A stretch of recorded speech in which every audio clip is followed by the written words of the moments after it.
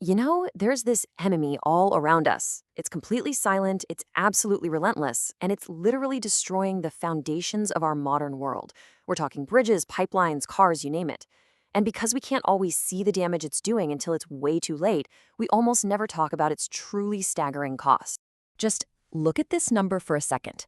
$2.5 trillion. Let that sink in. That is the estimated price tag of this hidden enemy. And that's not some one-time bill. Oh no, that's what we have to pay every single year. Yep, that's the annual global cost of corrosion. A huge study found that this totally natural process chews away at about 3.4% of the world's GDP year after year. To put that into perspective for you, that's more than the entire economy of a country like the United Kingdom, just gone, wiped out by decay. So what exactly is this invisible force, this fundamental process of things just falling apart? And maybe more importantly, in a world that is literally built on metal, what are we doing to fight back? Well, that's exactly what we're going to break down. Okay, so to really get how we end up with a multi-trillion-dollar problem, we've got to start with the science. And it all boils down to a chemical reaction that is surprisingly simple and pretty much unavoidable. At its heart, corrosion is really just nature trying to turn refined metals back into what they were in the first place, their more stable, natural state. It's kind of like a metal's long journey back to becoming a rock again. A totally natural process, but for us, it's incredibly destructive. Probably the easiest way to picture how this all happens is to imagine a tiny little battery. I mean, a microscopic one. All it needs to get going is a metal surface and a little bit of an electrolyte. Something as simple as a single drop of water. And this right here shows that tiny battery in action. See, under that one little water droplet, one part of the iron surface becomes what's called the anode. That's the negative terminal. It's where the metal literally starts to dissolve and give up its electrons. At the same time, another part becomes the cathode, or the positive terminal, which accepts those electrons. That little flow of energy is the reaction, and the nasty byproduct, well, that's rust. But here's the thing. This enemy doesn't just have a one trick. It has a whole playbook of different attacks. Some are slow and predictable, but others, they're swift and just catastrophic. So let's take a look at this rogues gallery. So you can basically split corrosion into two main types. On the left, you've got uniform corrosion. This is a slow, even thinning of the metal across the whole surface. You can measure it, you can predict it, you can manage it. But on the right, that's localized corrosion. And this is the really dangerous stuff. It hits in these unpredictable, concentrated spots, creating deep damage that can lead to sudden, total failure, often while the rest of the structure looks totally fine. A classic example of this is galvanic corrosion. This is what happens when you put two different types of metal together in a corrosive environment. One metal basically becomes a hero, sacrificing itself to protect the other one by corroding way, way faster.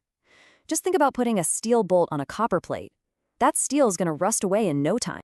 And this slide shows one of the most insidious forms of all. It's called pitting. It creates these tiny, deep holes that can literally burrow right through a thick piece of metal while the surface looks almost perfect. It's so dangerous because you can lose just a tiny amount of metal overall, but still have a complete catastrophic failure. And then you've got this nightmare, stress corrosion cracking, or SCC. This is a lethal cocktail of two things: a metal that's under tension and just the right corrosive environment. The terrifying part is that this can happen even when the stress on the metal is way below what it's supposed to be able to handle.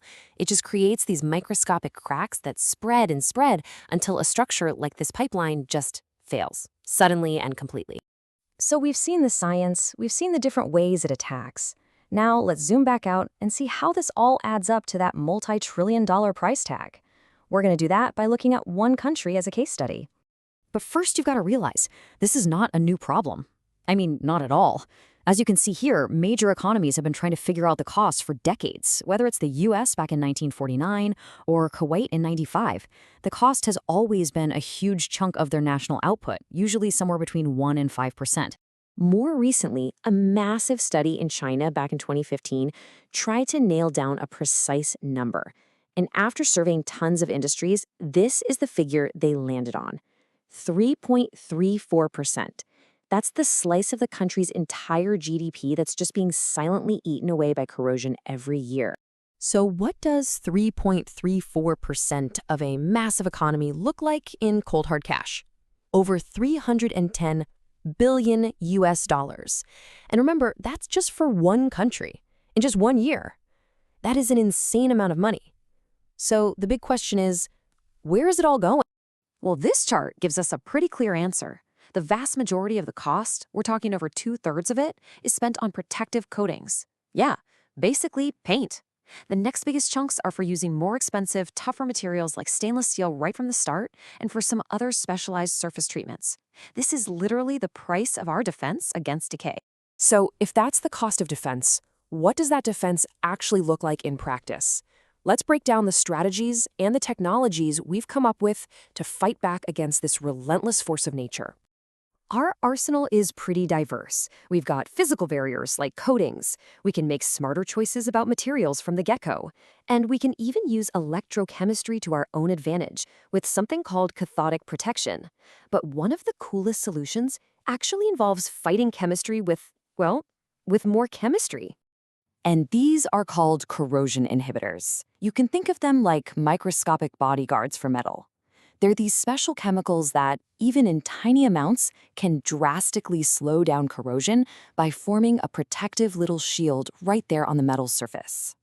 This slide shows exactly how that works.